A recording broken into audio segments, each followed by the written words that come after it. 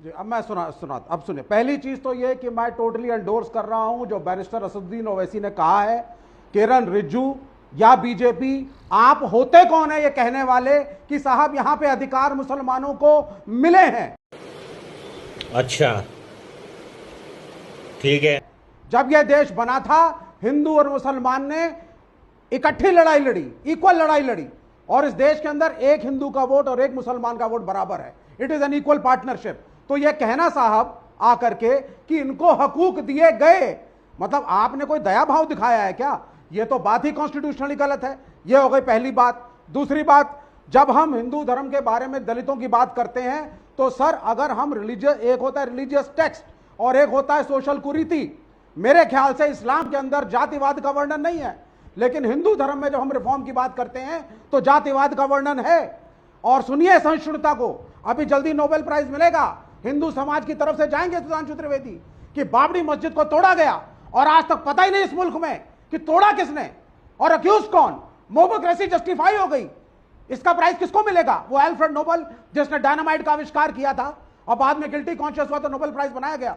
जाएंगे सुधांशु त्रिवेदी, बोलेंगे ये हमारी सहिष्णुता है। यहां एक लंबी लिस्ट अभी असीम वकार साहब ने बताई आपको, और वो सारे पसमानदा थे। तो ये कहना गलत है सर, कहना ही गलत है। इस देश का मुसलमान आज 2014 के बाद से विक्टिमाइज हो रहा है। रोज खड़े होकर के अपना पेट्रियाटिज्म प्रूव करना पड़ता है। मैं AIMIM से नहीं हूं, मैं ओवैसी साहब का सपोर्टर भी नहीं हूं, मैं उनका वोटर भी नहीं हूं, लेकिन जब ऑपरेशन सिंदूर था तो जिस तरीके से वो खड़े हुए और उन्होंने एक तरफा सपोर्ट मोदी सरकार को और देश को दिया और बाद में विदेश में गए, मुझे अच्छा लगा। ठीक है, जवाब सुधांशु त्रिवेदी, जवाब। एक मुसलमान वो कह रहे हिंदू धर्म में ही कुरीति है, हिंदू धर्म में ही जातिवाद है, मुसलमानों में ऐसी कोई कुरीति नहीं है, उसमें सब पाक साफ है। अभी मजा आएगा ना भिड़ो। हिंदू धर्म में तकलीफ है विवेक श्रीवास्तव जी। हाँ, मैं बताना चाहता हूँ, विवेक श्रीवास्तव जी पहली बात कह रहे हैं इसको बोलने का। अरे भाई, किरण रिज्जू भारत के अल्पसंख्यक मंत्री हैं, वो खुद भी अल्पसंख्यक और हैं। कांग्रेस ने कभी किसी गैर मुस्लिम को अल्पसंख्यक मंत्री नहीं बनाया। हमने, वो बौद्ध हैं, उन्हें बनाया। मगर ये कह रहे हैं उनको बोलने का हक नहीं, और ये विवेक श्रीवास्तव लेफ्ट के नेता के रूप में बैठे हैं जो कहता धर्म एक अफीम है, उसे बोलने का हक है। गजब है साहब, जो कहता धर्म एक अफीम है उसे बोलने का हक है। और ये लेफ्ट वो हैं जिन लेफ्ट कंट्रीज ने क्या किया। आज भी चाइना में मुसलमानों के साथ ये कि भैया मस्जिद पे गुंबद नहीं हो सकता, दाढ़ी नहीं रख सकते, टोपी नहीं रख सकते, रमजान पब्लिकली नहीं कह सकते, नाम के आगे मोहम्मद साहब नहीं लगा सकते। मगर अरे भैया, पुराना नहीं एकदम नया बता रहे, पुराना बताएंगे तो तोप लगा लगा के। जातिवाद कौन सा नया था? अरे विवेक बाबू, तो जातिवाद कौन सा नया है? वो भी तो पुराना ही है आपकी राय में। वो भी तो साल दर साल से बोलते ही हुए आ रहे हो। अंग्रेज बोलते थे, आप बोलते हो, सभी बोलते हैं पुराना वाला। अब मैं दूसरी बात, अमीश, इस बार 2 नोबेल प्राइज मिलेंगे, एक पापा ट्रंप को और एक वो इनको मिलेगा। भाई बात सुनिए मेरे भाई, अरे भैया सुनिए, पता नहीं ट्रंप को देश पापा आजाद बैठ हुआ तो जाते हिंदू हो आप मुसलमान बराबर थे। उसके बाद सुनिए, हिंदू मुसलमान बराबर थे, और मुसलमानों में एक बहुत बड़ा तबका था जो ये मानता था कि हमें में राष्ट्र की मुख्य धारा में जाना चाहिए। और ये मैं फैक्ट से बोल रहा हूं, कोई दर्शक जाके चेक कर ले। इन्होंने बाबरी मस्जिद का नाम लिया, सुन्नी सेंट्रल वक्फ बोर्ड 1961 दिसंबर में जाके मुद्दई बना है। उससे पहले सारा विवाद, उस समय वो उसमें मुद्दा ही नहीं बना था, 12 साल नहीं बना, क्योंकि रूल होता है कि अगर किसी टाइटल का 12 साल तक नहीं करेंगे तो आपका क्लेम खत्म हो जाएगा। और इसके लिए के मोहम्मद ने अपनी किताब में तो आप सारे मंदिरों को सरकार को दे दीजिए ना। फिर था कि हमें आप सारे मंदिरों को सरकार, शांति शांति एक करके, एक विवेक शांति शांति से आपने अपनी बात को रखा ना। देखिए, फैक्ट जब अनकंफर्टेबल आते हैं तो ये बोलते हैं। अब सुनिए, मुसलमानों ने नहीं कहा कि हमें मदरसा चाहिए, नेहरू ने कहा तुम्हें मदरसा देंगे। मुसलमानों ने नहीं कहा मुझे पर्सनल लॉ बोर्ड चाहिए, इंदिरा गांधी ने कहा लो हम तुमको देंगे। मुसलमानों ने नहीं कहा कि शरिया को संविधान से ऊपर करो, राजीव गांधी ने कहा लो शाहबानो केस में हम तुमको ऊपर करेंगे। मुसलमानों ने मांगा या नहीं मांगा, नरसिम्हा राव ने कहा लो तुमको वक्फ बोर्ड देंगे। फिर आए मनमोहन सिंह और सोनिया गांधी की सरकार, उन्होंने कहा अब तो हिंदू को आतंकवादी कह देंगे, तुम चिंता क्यों कर रहे हो, 2013 वाला वक्फ बोर्ड का एक्ट दे देंगे। इसलिए भैया आपने उनको भड़का कर इस मुकाम तक लाके खड़ा किया। और लास्ट में एक और बात कह दूं विवेक श्रीवास्तव जी, फैक्ट ये है कि भारत में रहने वाले 90 से 95% मुसलमानों ने 1946 में, आज के भारत के रहने वाले में, उन्होंने वोट दिया था पाकिस्तान बनने के लिए। और कोट कर रहा हूं 3 जनवरी 1948 सरदार पटेल ने कोलकाता में बोला है, ये रिकॉर्ड के ऊपर है। उन्होंने कहा भारत में रहने वाले, और ये बयान वीडियो भी अवेलेबल है। गए क्यों नहीं भाई, गए क्यों नहीं? हाथ हिला के नहीं चल रहा, क्या बोला? अरे भाई सुनिए तो, हाँ वो इसलिए क्या कर रहे हैं क्योंकि सारे? नेहरू ये चार रखना आदमी जो चाहते बैठे थे, मुसलमान इस पैनल पे, वो हिंदुओं की उदारता थी, इसलिए ये नहीं भारत गए। की बात कर अब रहे हैं। देखिए फिर भी ये भारत की बात कर रहे हैं आज। अरे मैं भारत की आप बात कर एक रहा हूं मेरे भाई, कम्युनिटी को भारत ऐसे ही की एक बात तरफा कर रहा हूं।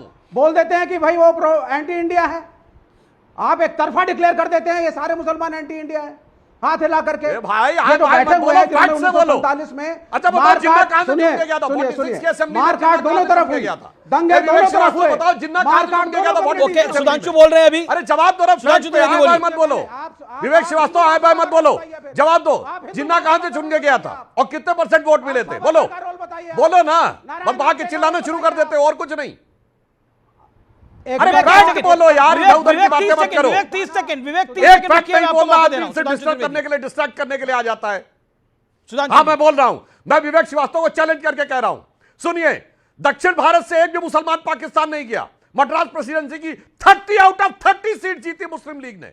मोहम्मद अली जिन्ना चुन के गया 1946 की असेंबली में, न ढाका से, न चिटगांव से, न लाहौर, कराची, रावलपिंडी, पेशावर, कहीं से नहीं, मुंबई की बाइकुला सीट से गया, 95% वोट के साथ गया। आज का जो यूपी है, यूनाइटेड प्रोविंस में 73 में 64 सीटें जीती, असम में 28 में 28 सीटें जीती। यार बेकार की बातें मत क्या करो, फैक्ट पे बात क्या करो। 3 जनवरी 1948 को सरदार पटेल ने कहा भारत में रहने वाले ज्यादातर मुसलमानों ने पाकिस्तान के लिए वोट किया है। मैं नहीं मानता कि एक दिन में तुम्हारा दिल बदल गया, मगर कोई बात नहीं, अब जो होना था वो हो गया।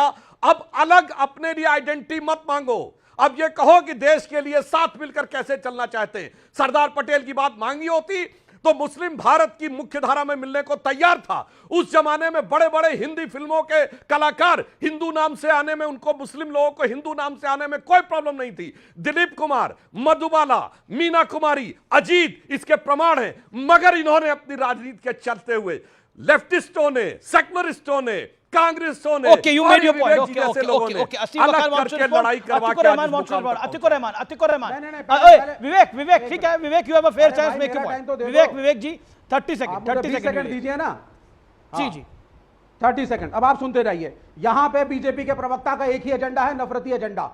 किसी भी तरीके से प्रूव करो कि ये मुसलमान फैक्ट क्यों बनाइए, फैक्ट में बात करो, फैक्ट में बात करो। ये फैक्ट पे रहिए ना, आप फैक्ट पे रहिए। क्या सरदार पटेल ने, नहीं, क्या आप काउंटर करिए ना, क्या सरदार पटेल ने 1948 में ये भाषण कलकत्ता में दिया था कि नहीं दिया था? आया ना? क्या दिलीप कुमार का असली नाम यूसुफ खान था कि नहीं था? ये जवाब दीजिए ना। 5 सेकंड। मधुबाला का असली नाम क्या था? मीना कुमारी का असली नाम क्या था?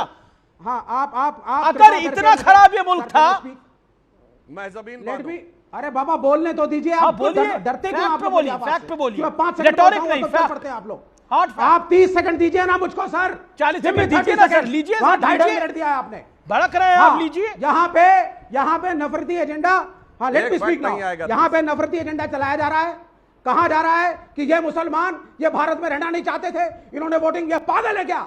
जब 1947 में मारकाट दोनों तरफ हुई, दोनों कम्युनिटीज के लोग मारे गए, दोनों तरफ दंगे हुए, दोनों तरफ गलत काम हुए, उसके बाद भी ये मुसलमान हिंदुस्तान में रहे। उसके बाद इस डिस्कशन का और क्वेश्चन मार्क का क्या मतलब रह जाता है? खड़ा करके तुम बोलोगे तुमने वोटिंग वहां पे करी थी और तुम भारत के नहीं हो। इस नफरती एजेंडा को फैक्ट थोड़ी बदल जाएगा। ये मुसलमान जो हिंदुस्तान में है, विवेक आप उत्तेजित हो रहे हैं, ये फैक्ट कैसे बदल जाएगा? बिल्कुल उत्तेजित होने वाली बात है। रोज आप कटघरे में खड़ा करेंगे मुसलमान। कोई कटघरे में नहीं, ये फैक्ट है। ये फैक्ट है कि बॉम्बे प्रेसिडेंसी से जीत के आया था जिन्ना, मद्रास प्रेसिडेंसी की 30 सीटें जीती थी। ये फैक्ट है ना, ये फैक्ट है, तो फैक्ट को कैसे बदलेंगे? सरदार पटेल ने जब 1948 में कलकत्ता में बोला तो उसको कैसे बदल देंगे? आपके मन से बदल देंगे, आपके मन से बदल देंगे। आप 2002 के गोधरा के दंगे तो नहीं, गुजरात के दंगे तो नहीं भूलते आप? फैक्ट है, बोलते हो ना, हर मंच पे आके बोलते हो, नहीं बोलते क्या? सिलेक्टिव है फिर आपकी सोच। अभी आप थोड़ी देर पहले बाबरी मस्जिद की बात कर रहे थे, बाबरी मस्जिद फैक्ट है ना, बाबरी मस्जिद क्या फिर विवादित ढांचा ध्वस्त हुआ था?